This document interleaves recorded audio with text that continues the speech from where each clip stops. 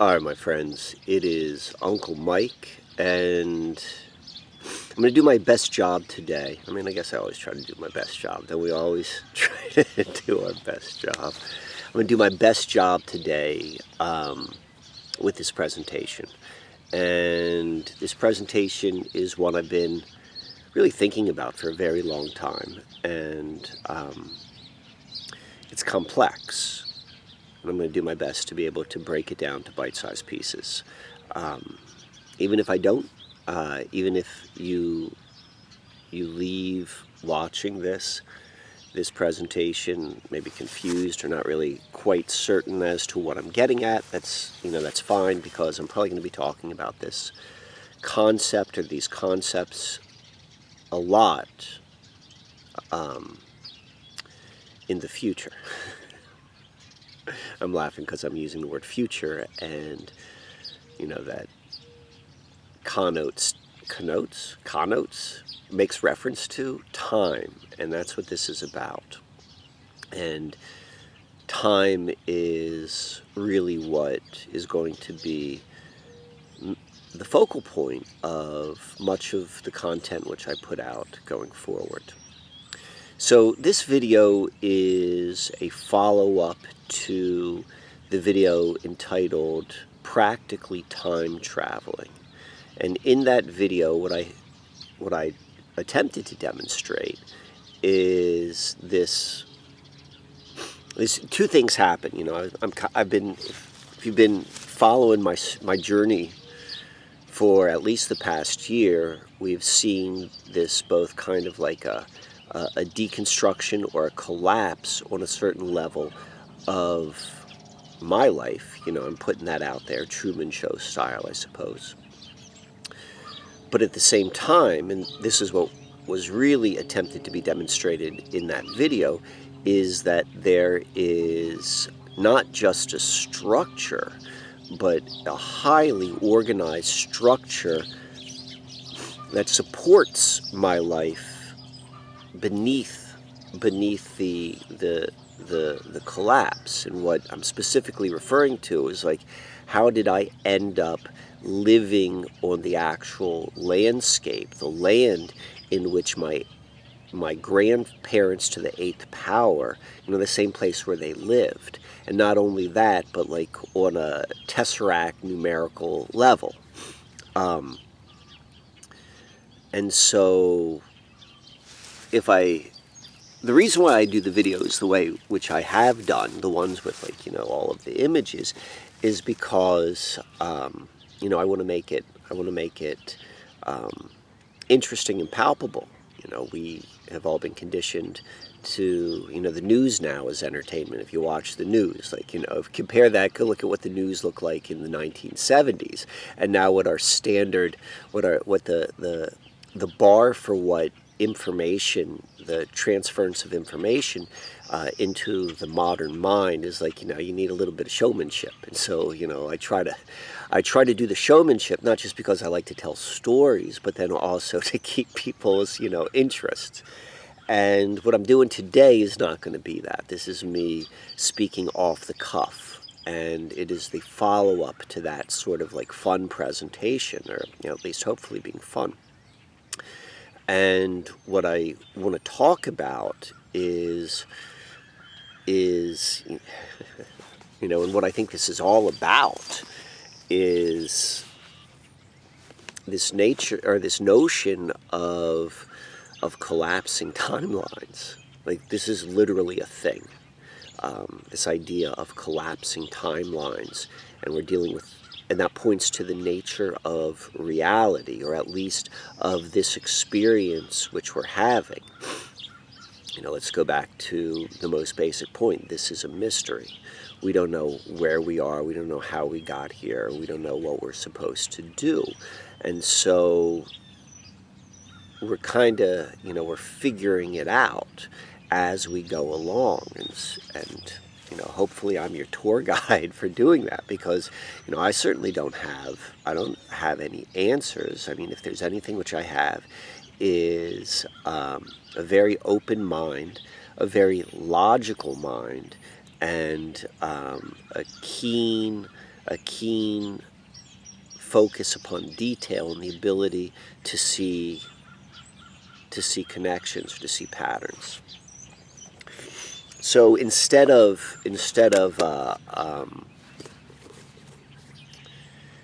having the presentation, which I normally do, or the style which I do, what I do have these are my notes. So I put in this notebook my notes. And so this presentation is about collapsing timelines. I'm going to try to link together a lot of concepts. I'm going to use definitions. And again, if this doesn't completely make sense the first time you hear it, that's okay. A lot of what I'm going to be talking about are going to be subtleties, and it may take quite a few times for it to kind of make sense. And I'm not suggesting that you watch this video quite a few times. I mean, you can do whatever you like. But what I am going to suggest is I'm going to be talking about this quite a few times in the future. So this isn't going to be the only time. So, all right, so we're going to begin with this notion of we are in the post-conspiracy theory era. It's a mouthful to say. So what does that mean? The beauty of COVID, the beauty of the whole coronavirus has been that it has demonstrated as much as it can be demonstrated that all of the thoughts of conspiracy theory, well, they're true. It's absolutely true. And I mean that in a very broad stroke. That doesn't mean every conspiracy theory is accurate, but it means the very general notion that there's a game, or there's an agreement between the most powerful entities, the global governments, to national government, to local government, to big pharmaceutical, to big business, to big media, to all of that. They're completely in hand in glove, lockstep, in terms of selling the masses a ridiculous narrative. If you're watching this, you should know that. Some people, if your mindset is that no, there's no proof that this is a conspiracy, well, it's you've committed to understanding, or to whatever path you're going to go down. And that's what we've seen from this COVID corona sort of event is, for the most part, the lines in the sand have been drawn for someone who, for a variety of reasons, and you can't. I don't think less of people because they've been tricked, because highly sophisticated people who have gathered their trust trick them. I don't agree with someone, but I understand how that got there, but they're there, and those are the people who are going to walk down the path which has been laid out for them.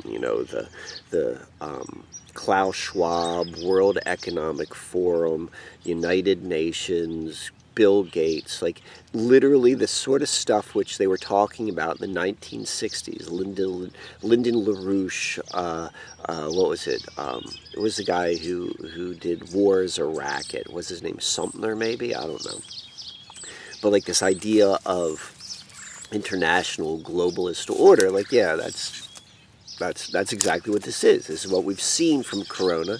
And it is completely integrated with literally a Matrix, the movie, the Matrix type of environment. If you've ever asked yourself, how did all those people get in those Matrix bathtubs? It's they crawled in there on their own free will. Well, how did they do that? It's by piecemeal, and we're seeing that right now, this piecemeal, these small little baby steps that have been moving people more and more and deeper into accepting a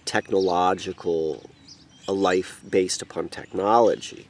I mean, that's where it's going. That's where it's always been going. They've been talking about this for 60 years. I've talked about it. There's no surprise. We're in the post-conspiracy theory era. There's no more question about theory. This is the way this realm seemingly works. And you are either, yeah, or I would say this. So you're either, people are completely committed to it, they bought into it. Maybe that's a better way of saying it. They bought into it. They've had their boosters. They're doing their cryptocurrency. They're putting their life on the. They're running the management of their life through the foundation of the cloud, of the internet, of the, whatever you want to go and use to describe it. Like, that's part of it. And there are people who've done that. There are people who are able to understand the conspiratorial notion of how our world works, but they somehow think that this technology is actually like it's for them. It's a good thing, because they get to do fun things with it.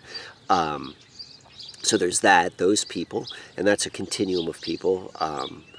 And then there is the group of people who are kind of like, we're left in a difficult or a confusing spot. Like, well, what do I do? Like, the best thing I can do is like share memes and create memes and put stuff out there and like on the internet. But at the end of the day, I'm still like, what other option do I have? That would be the question someone would have, or might state, and that makes sense. I get it, because this is a really, really, it's a new place. A new place to be. We haven't been prepared for it. It's like, what do I do?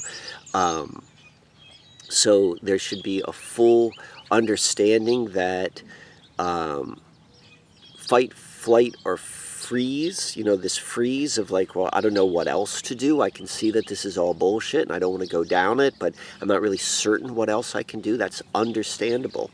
And that's, and I'm describing that as the person who's still like, they're not embracing the World Economic Forum future, but then at the same time, they don't really know what to do. Because they don't know what the other options are. And, that's what all of this is about, is collapsing timelines. And that's like the other options, because there's only one real, at least from my perspective, there's only one real option which is outside of the scope of the life which we are familiar with living. And that is, any resistance, any true resistance is creating space for a meta paradigm shift. So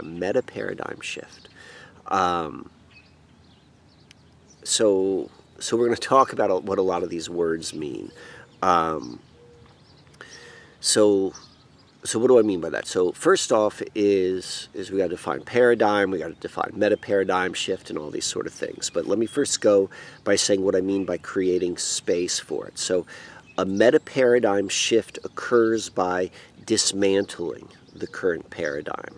Like, by very definition, for something as grand as what a meta paradigm shift is, like, you can't create it, because to be in the position which we're in right now, where we're saying, hey, or at least the position Mike's in, I'm not saying that anyone else who's watching this necessarily has come to the same conclusion which I have, but the meta paradigm shift implies that what thinking about, what you're hoping for, what you're moving towards, I'm not certain, I don't have the right language to be precise with what I'm trying to say, but the meta paradigm shift has to be seen as fantasy from the current paradigm, because if it's not considered fantasy, then it still exists in this paradigm, because the paradigm is like how we understand reality. And for something which is going to be so great, it has to be outside of what we can imagine or what we can expect. And so that's a bit of a paradox. That's, you're talking about blind spot sort of stuff. So the very best which we can do right now is create the space so that a meta paradigm shift can show up, to take root.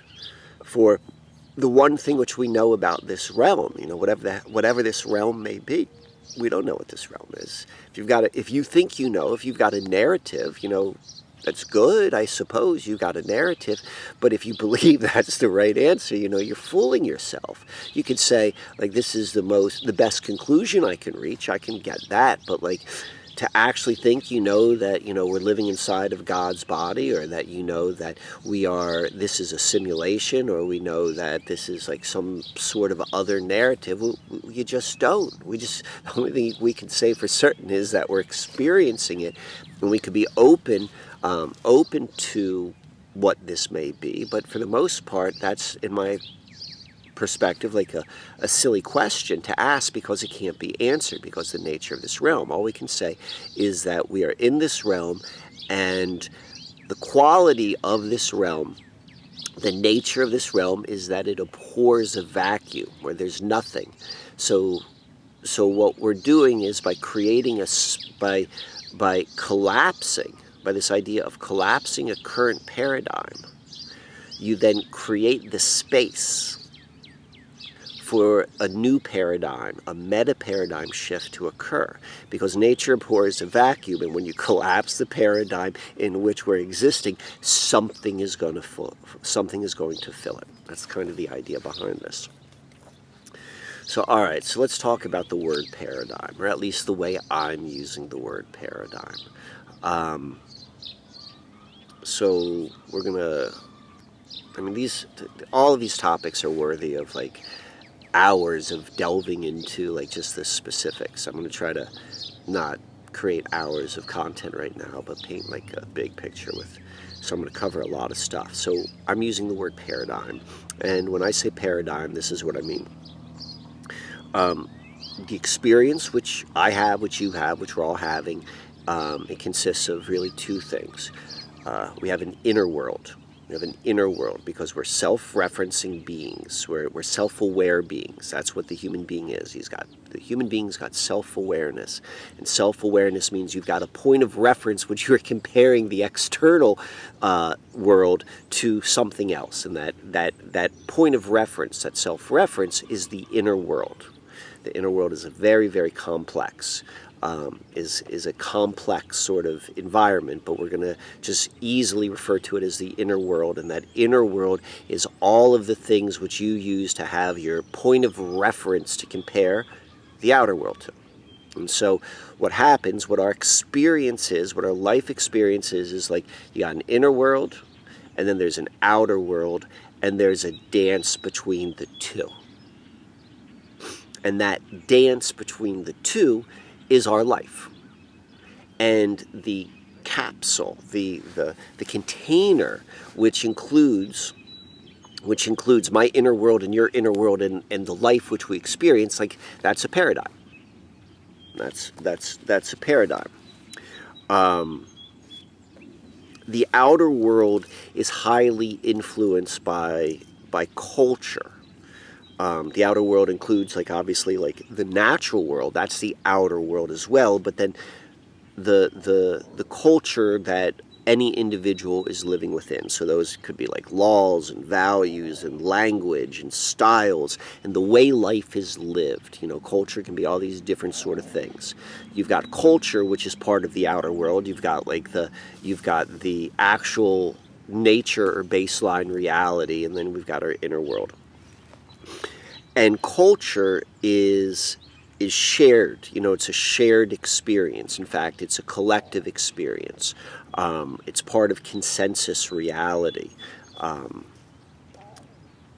But despite that, each of us has our own individual inner worlds. Our inner worlds are created by both the culture which we're born into, they're created by the household which we're born into, they're created by the DNA which we're born into, they're created by all of the different things which can demonstrate as like us as individuals. And then because of that, each of us has a unique individualistic paradigm with the culture. Now, a lot of it's the same, like, we all got to use money, so that's something we all share, but each person could have a different relationship to money. There's that. We all got to follow laws, but we all could have different relationships to how we follow laws. Like, there's so many different things that make the individual paradigm kind of special, but we could also see how there are certain things within the cultural or the outer world which we all share, even though we meet it individually. And so that also is the paradigm. The word paradigm is a very textual word of texture. It's a word of texture, meaning the context in which it's used can imply like a different sort of specific meaning. So like there's the individual paradigms between the individual and the outer world, but then there's this collective paradigm which we're all sharing right now. So let's talk a little bit more about culture right now. So culture has many, many layers. And when I'm saying culture, I mean this in a very broad stroke sense of the word culture. Even though I am referring to the existing culture, the current time right now, the zeitgeist. So imagine like culture as like this like it's a layered, maybe a nested entity, or a layered entity, meaning that you could peel it, maybe like an onion. You could peel the layers of the onion, or you could think of it as like a stack, if you're familiar with like the OSI stack, where like things are built upon one another. And in our culture, the most outer layer, or within culture in general, the most outer layer of the culture is the most apparent. And so when most people think of culture, they think of the most outer layers and the most in your face obvious attributes of the culture. And most people just think that's what culture is, because that's the obvious one. It is the most obvious, and those are the on the outer surface, or the highest level, whatever you want to say, but they're the easiest to change. These are known as fashions. Like how fashions change, like how clothes fashions change. Like you go and you look at the clothes fashions over the last 50 years, and you could see how they've changed, and how you could say like music, musical styles have changed. But like the deeper level of culture doesn't change. Like people are still going to work, they're still money slaves, all of that. Like that's a deeper culture. But like the outer things change, or you could say like social mores or social changes have occurred. Like what might have been once an oppressed group is less oppressed right now, and now like what was not as oppressed is more oppressed. Like all of those changes are like fashions. Like the deeper stuff that doesn't change, like that's when we're starting to get into the real nature of culture. And so often when people think of paradigm shifts, they're thinking about changes of fashions. But that's like that's a revolution. Right? Revolution is just a turning of the wheel. You're still on the same wheel. These are like, you're still on the same wagon. The wagon is what we're interested in. A meta paradigm shift is like, I'm getting off this friggin' wagon. I'm going on to something else, as opposed to being on the wheel, which is just turning round and round.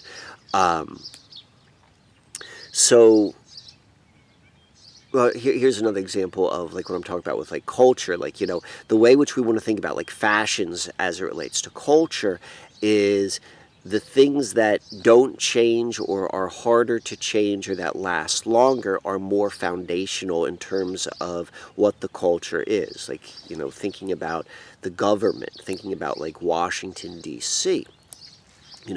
You could elect in a new administration and assuming that you buy into like that sort of concept that things change. Well, yeah, like there's a certain level where things change, whether that be a congressperson or whether that be like someone in the House of, a senator or like even the president. But the majority of the government doesn't change. You got your 40-year employee who's working at the one of the various departments, which like the people whose jobs do not change because of the elected officials, like that's deeper culture. That's like deep state sort of stuff. The people who, when a new elected official comes into Washington, D.C., and they're like, okay, what do I do now? And the people who tell them this is how you do a job, like, that's a deeper level of culture.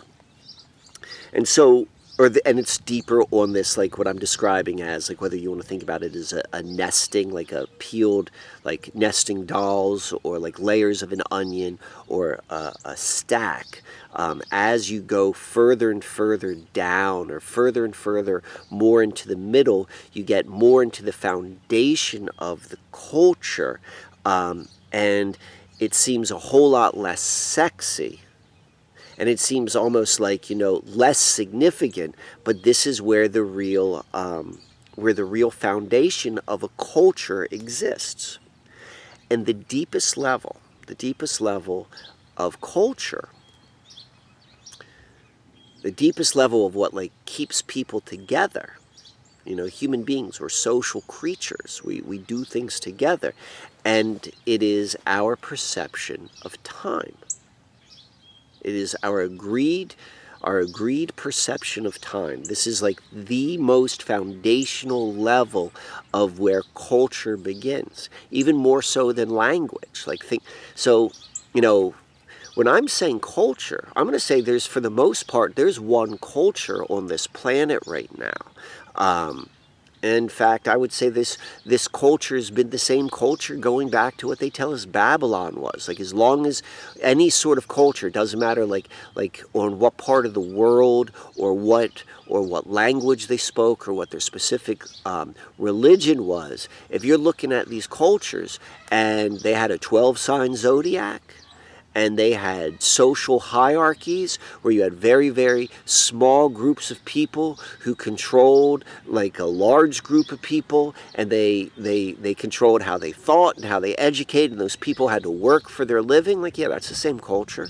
Like, that doesn't change. Like, if you go and you look at the hierarchical cultures of Mesoamerica, or the hierarchical cultures in Asia, or the hierarchical cultures in Europe or in Africa, and you see that the people who are on the bottom, that they're in the same boat, even though there are all of these differences between those cultures, like it's that similarity is what the culture, the paradigm shift, which I'm really interested in. And a lot of these, we look at the timeline, or we look at the shared perception of time. And so the current paradigm is immensely anti-human in nature, and it's currently immensely anti-earth in its current expression. And I would always say these are one and the same, like anti-earth and anti-human are one and the same. And what we could also say, particularly about the current expression of the culture, there's once upon a time, like going back to like historical past, assuming there's any sort of validity in those stories, is that there were seemingly different cultures in different parts of the world, and yes, on a certain level they were different, but we could see on certain levels they were similar. But right now there's a whole lot more similarity than there has been. And in our current world culture, the commonly shared time perception is based upon observable time markers in our baseline reality, in our natural world, but they are out of alignment. Every single one of them is off. Everyone, like all the ways which we measure time in the basic levels, like the day. The calendar day is defined as beginning at midnight, yet there's no such thing as midnight. Midnight only exists if you have a clock, if you have a watch, and midnight really only values or supports culture itself. Like there's no such thing as midnight. If you did not need to know, if you lived in this exact same realm, but you did not live in a culture where everyone being in agreement of when the day starts, like midnight would not even really wouldn't matter. Like, it's a concept, and I understand the concept, and as a concept it's real, but it's very different than daybreak. Like when the sun goes from darkness to lightness, when that glowing big circle in the heavens lights up where we can see stuff, that's a real thing. Like, it would make sense, like that's where I'm going to begin the new day. Or you could even say when that glowing ball disappears, you could say, okay, well that's a marker which we could all agree upon. You could even say that midday is a thing, because that's an observable truth, as just if you ever paid attention to like the movement of the sun or the moon, like it really does. It starts low in the sky at the horizon, it rises to a high point, and then it comes down. That's high noon. That's the midheaven. That's a real observable thing. But midnight's just implied.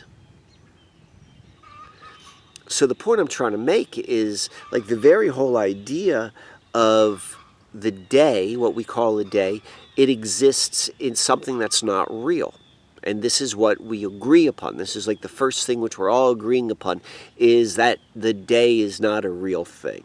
That we're willing to conceptualize the unfolding of time in a way that is just out of alignment with our observable, knowable reality. And if in the very, very beginning, if I'm willing to make that agreement, that that's how this world works, well then everything else is based upon that. And what I mean by that is, like, I've already said that I'm willing to go and agree upon something that makes no sense, surely just because you've given me a reason to do so. And as soon as I've done that, I am not grounded in reality. I'm grounded in something else. That's the other thing. We want to be grounded. The human being wants to feel grounded. We want to feel stable. We want to feel secure. And nothing about our experience right now, at least the way which we're conditioned, makes anyone feel secure. That's like, so, and this is where it begins. Like, we're not even picturing the unfolding in time in anything that's real. So let's go into the next thing. So I said the day. So the week. So there's no such thing as a week. This 7-day week. To the best of my understanding, where the 7-day week was first introduced, the Bible, in the first chapter in Genesis, in the Old Testament, it's, God created. I'm not a biblical scholar. I'm not even well enough to say what. All right, I'm back now. Where was I? I was talking about the week. All right. So week makes no sense. Oh, this is what I was talking about, the week, and I was talking about how it comes from the Bible. So that's, at least in the modern time, like, where this idea of 7 days, like, to begin to think about unfolding of time and days in this concept of sevens. And so that comes from, at least we can understand where that comes from. That comes from the seven observable heavenly bodies: Sun, Moon, Mercury, Venus, Mars, Jupiter, Saturn. Is that it? Mercury, Venus, Mars, Jupiter, Saturn, Sun, Moon. Those are the sevens, and we see that in our day. Saturn day, Moon day. Look at the French. The French days of the week are very, very close to sounding like the planetary bodies, and that's where it comes from. At least I understand that logic. So that logic, whether or not it's valid or not, like, okay. But this is where it's really tricky, is the word weak. Like, in our language, like, weak is not a good thing, right? Weak is not strong. So already we've got another sort of like one of these mental things where they're tying in this idea of the envisionment of time, the unfolding of time in a weak position. You're already starting out in a weak position. And now we're moving on to like months. We think about things after weeks. We categorize time in months, and month, month, is should be obvious, is based upon the moon, right? moon, month, and the month is a representation of the lunar cycle. There are 4 distinct phases within the lunar cycle, which kind of fits into this idea of there being 4 weeks in a month, but the way that we think about weeks and months, they don't always line up on the calendar. But even more significant is the fact that if the way you are envisioning time, if you're thinking about a month, and the month is supposed to correspond with the moon or the lunar cycle, and the first day of a month is not the same as the first day of the lunar cycle, which is the new moon or the dark moon. Why is that the first day? Because everything in our realm begins invisible. A baby is first invisible inside the mother's womb. A tree is first invisible in a seed which is planted underground. So it is fair to assume that is where the beginnings happen in this realm. So the cyclical nature of new moon to first quarter to full moon to last quarter to new moon, if that first day of the lunar cycle does not line up with the first day of your calendar, well then, even your 13 moon Mayan calendar, like, it's out of alignment. And so you're committing your understanding of time to a fallacy. Lastly, we could talk about the year. Like, the year corresponds to the solar cycle. The solar cycle is understood primarily by its 4 extremes as measurable by the amount of sunlight on any given sunrise to sunrise event. So the most amount of sunlight is going to be one extreme, to the least amount of sunlight to another extreme, to like when it's like half sunlight and half darkness. These are solstices and equinoxes. These are the markers. There are ways in which that could be measured. So that's a real thing. Our current calendar, first it numbers them, which is, strange. It's like there's no real basis. There's a story which it's based upon, but, it's seemingly arbitrary. Certainly you could say it has something to do with the Platonic year, which is where you get like the age of Aquarius or the age of Pisces, I suppose. But, there are flaws with that as well. But just to make it even more simple is like, we'll just say that if you want to go and count the year, at least do it that start the new year on an actual observable point, whether that be an equinox or the solstice. New Year's, January 1st, is it's at least close to the solstice. You can see where it's coming from. So, all right. I've talked about this so many times, and, I'm talking about it because, repetition, hopefully, like, it's not sexy. Like, talking about time in a way, it's like, it's not fun and sexy as it is, like, about time travel, but it's the basis of our paradigm. And, let me go and bring what all of this full circle. Like, why am I talking about this? What does this have to do with that practically time travel? What does this have to do with paradigm shifts? So, what I'm interested in the only thing which I'm really interested in is like a is a real like meta paradigm shift, like a change in the nature of reality, which would be seemingly fantastical to this paradigm which we've all been born into. And that just seems to make the most amount of sense to me. Like that would, and what I have hopefully demonstrated to a certain level over this past year, maybe even years before that, but definitely over this past year, is that what I have done on a personal level, on a demonstration level, is I have consciously, very purposefully and consciously, like knowing what I'm doing, I have taken my unconscious link to what time is, to what I've been taught or indoctrinated, how this culture works, and I've moved it out of that to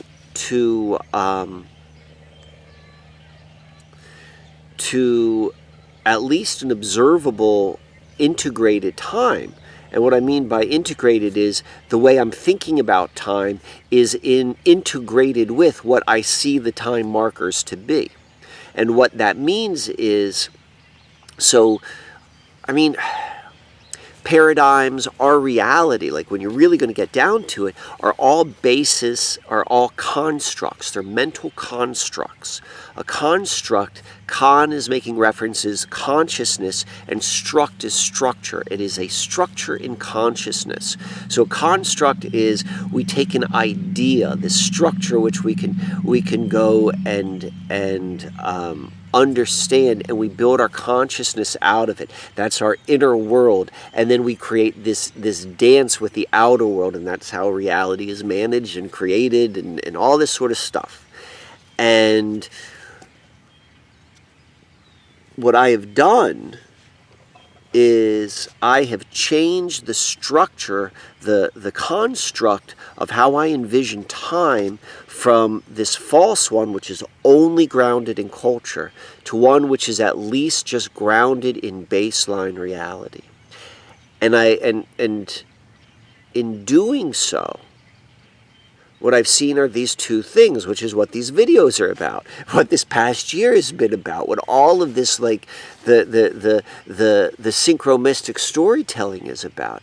And it is like, all right, when you do something, when you deconstruct this construct, well, you're going to go and see those layers of life that are also supported on that construct. So like my regular life, all of my life which I lived, which was very much like, my Matrix life, that fell apart as well. And it was certainly uncomfortable at times. Still is uncomfortable at times. It still is kind of like that is occurring, but then at the same time, what I hopefully demonstrated in the most recent video is like I'd stepped into something else. This tesseract math, this like time and space, to live in the land where my 8-time grandfather lived, that just showed up. I'm no longer living my life based upon the things that matter in culture. In a lot of ways, like, to most people who I'm still in contact with, who live in that cultural world, like, I'm friggin' nuts. Maybe you guys think that too. So, where am I going with all this? This is not like, what I'm demonstrating is not the Mike Wan show. It's not the Truman Show. On a certain level, it is. It is perhaps me doing my part for the creation of the space for a meta paradigm shift to happen.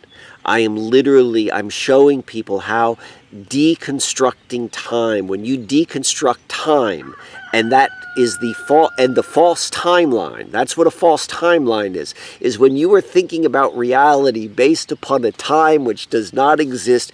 Everything which you're thinking about is technically a false timeline. It is not real time. It is only real within culture, within the culture that says it's real, because it is not based in anything. Midnight does not exist outside of culture.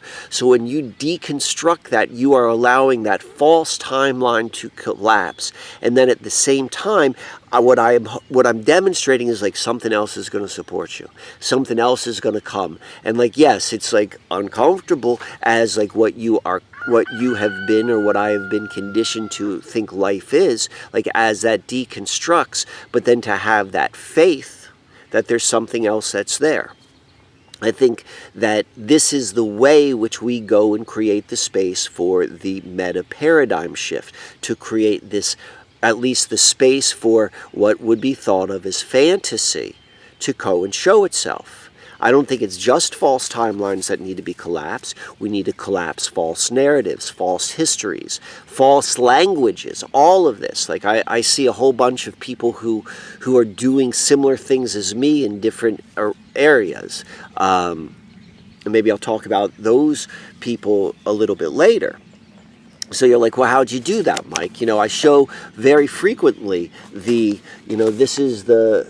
are the date timers, like how I organize my life are based upon, the snow moon and the lunar strong, calling it that, changing the language, reorganizing the way the calendar system. I still have to interact with this world. This is like I am in this world but not of it. And by doing that, it's I'm seeing in my own personal level the collapse. And this is where it gets really interesting, is because we live in a consensus reality. The outer world paradigm is shared. And when I'm kind of like out on a limb right now, like living like this and like exploring and experimenting with different ways to play with time, that comes with that comes with some risk. What am I risking? I'm risking like, the basis of how I live life. But I'm also demonstrating something. Using the 4-minute mile as an example. There was once an idea that no human being could run faster than a 4-minute mile. And then once that threshold was broken, it happened time and time and time again that like, yeah, people can run faster than a 4-minute mile. There was a paradigm which we all agreed upon that this was a limit of possibility. And then something occurred once a certain critical mass had been reached. Consensus reality changed. That is what that example of the 4-minute mile is, a small, insignificant example of the 100th monkey phenomenon. So what I'm doing right now, and what I'm hopefully what I'm doing is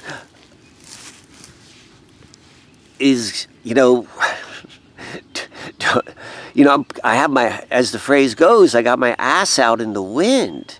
Come and join me. Like, we need to meet and make a critical mass in which like this 100th monkey happens, where like people see, like, let's walk away from the way, let's understand how this reality was constructed. And this is what all like I want to talk about going forward, is like the nature of consciousness, like the reason why it's so easy to manipulate us, and then also like what the solution is, and then like really leaning into like what does meta paradigm shift look like, what is possible. I'll tell you what I know what the paradigm which I do not want to experience looks like. And I don't think I'm the only one. I don't want to live in an anti-human, anti-earth sort of thing. I encourage, like, maybe if you're curious, maybe specifically of what I'm referring to, I made some videos about a year ago. I'm thinking specifically, I did a video about tree consciousness in animal form. There's so much possibility, there's so much potentiality when we're beginning to look at meta paradigm shifts. But we need to begin, or at least this is what I'm kind of doing right now, is really demonstrating and hopefully teaching what it looks like to collapse a false timeline, and then maybe give the sort of encouragement to realize, like, yeah, it's a little bit scary. You're going to see parts of your life collapse, but then this is a consensus reality, which means, like, come on, we're all going to go and we're going to make this journey together. For those of us that want to create this space, who've got the courage to go and actually step into something that's like that. So for me, it's like teaching people how to go, like, at least the logic base. Like, just because I'm doing it this way, I'm not saying this is the way, I'm just saying this is a way, but the logic and the principles are understandable. So for me, it is the calendar system, like creating your own calendar. Like, it's an art form for me. Like, make each lunation. I just started doing this today. Like, this is before making this recording. I'm still laying out what this next cycle is, which I'm stepping into. And in a way, it's an artistic way. Like, I've just drawn that out. I'm making this, I'm drawing out based upon a logic system or a principle that I understand of what the unfolding of the experiences of my life, what is the container in which it's going to be founded upon. We need to do stuff like this. We need to collapse the paradigm, or at least to collapse the timeline. We need to get out of that way of understanding reality, or understanding time, understanding why that is false, understanding what is true, and embracing that until we can come up to something which is even, if it exists or if it's necessary, like a better timekeeping system. Because time is the sacred container which holds the experiences of our life. Temenos, sacred space of time. Now, the other thing, and I've talked about this before, the fellowship of the board, the star board, natural astrology. Natural astrology is outside of Babylonian, like, storytelling. Like, we need to collapse these stories, these ways of seeing ourselves in Babylonian archetypes. Like, they're fun, but, like, the more we see ourselves in those language sets, or in that way of seeing ourselves, we're just bolstering the same sort of paradigm. But that's not to say there is not something important in the sky. The sky, which is for every person on Earth to see, because it doesn't matter where you are on Earth, you see the moon, you see the sun. These are different timekeeping mechanisms in order for us to understand. That's what time is, the measurement of the lag between events. And we have upstairs in the sky, we have measurements to it.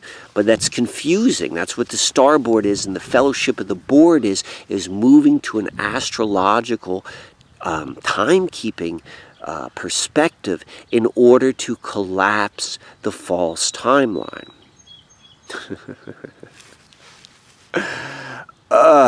My friends, like, I go and I want to talk about this stuff, and I get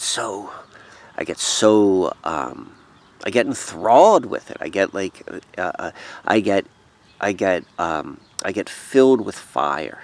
And that fire comes from, like, a lot of different reasons. Like, one, it excites me, and two, it angers me, all of these different emotions. And so I feel that, and I want to be able to talk about this stuff and not feel like some sort of fire and brimstone preacher, but that's what it feels like to me. Like, I want to be able to go and speak more calmly about this, because this is a very calm sort of thing, but, that's where I am right now. I appreciate all the support and fun and witness over this past couple years. This talk right here is probably is one of my first recordings of really, like, delving into this topic set of collapsing timelines. And this is something I want to talk about more and more going in the future. and I took the year off. I mean, I didn't really have a chance, or I didn't have a choice. Like, I was knocked out, and I'm coming back right now, and this is what I'm going to be talking about. And so, if you're watching this, you're probably a supporter of mine, and so I'm grateful of that. And so, this is maybe a sneak peek. And if you want to go and take this further, there are many ways which we can do. I want to start giving like maybe group classes on just like creating the calendars and creating like talking about this a little bit more, this concept of collapsing time. And, it's a group experience. I want this to be a group thing, because something happens when more and more people look at time in the same way. We're going to deconstruct it and we're going to figure this out. So that's coming. One-on-one sessions, reframing sessions. If you're interested, hit me up. Fellowship of the board, like, get aboard. Come and come aboard. Like, the more people that are doing this, when we meet, both in person and over the AI bot, I'm using this until we don't have to use this anymore. We're collapsing it. Come on aboard. Even if you don't have one, come to the meetings, just learn the logic behind it. Become familiar with how natural astrology works. When you're looking out the sky, what are you looking at? How are you getting your bearings? Like, that's what it's all about, is your bearings for this mystery. So, all right, that's it.